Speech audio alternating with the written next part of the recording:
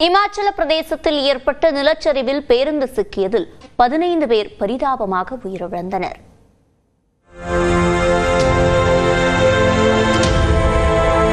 இமாச்சல பிரதேச மாநிலத்தில் கடந்த சில நாட்களாக பெய்து வரும் தொடர் மழையின் காரணமாக பல்வேறு இடங்களில் நிலச்சரிவு உள்ளிட்ட பேரிடர்கள் நிகழ்ந்த வண்ணம் உள்ளன.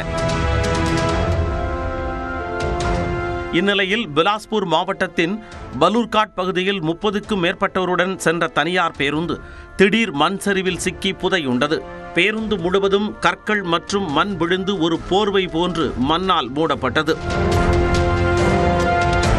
சம்பவம் குறித்து தகவல் அறிந்து வந்த காவல்துறையினர் மற்றும் மீட்பு படையினர் மண் சரிவில் சிக்கியவர்களை மீட்கும் பணியில் ஈடுபட்டனர். நீண்ட போராட்டத்திற்கு பின்னர் 15க்கும் மேற்பட்டோரின் உடல்கள் மீட்கப்பட்டன. மீட்பு பணியின் இடையே திடீரென மழை பெய்ததால் தொய்வு ஏற்பட்டது.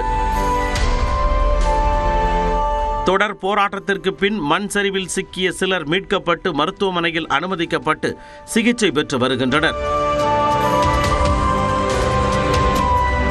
மண் சரிவில் பேருந்தில் சிக்கி உயிரிழந்தவர்களின் குடும்பத்திற்கு இரங்கல் தெரிவித்துள்ள இமாச்சல பிரதேச முதலமைச்சர் சுக்வீந்தர் சிங் சுக்கு விரைந்து மீட்பு பணிகளை மேற்கொள்ள உத்தரவிட்டுள்ளார்.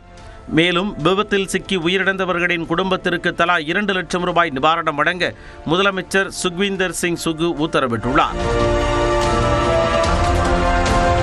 நிலச்சரிவில் பேருந்தில் சிக்கி உயிரிழந்தவர்களின் குடும்பத்திற்கு இரங்கல் தெரிவித்துள்ள குடியரசுத் தலைவர் காயமடைந்தவர்கள் விரைந்து குணமடைய பிரார்த்திப்பதாக தெரிவித்துள்ளார்.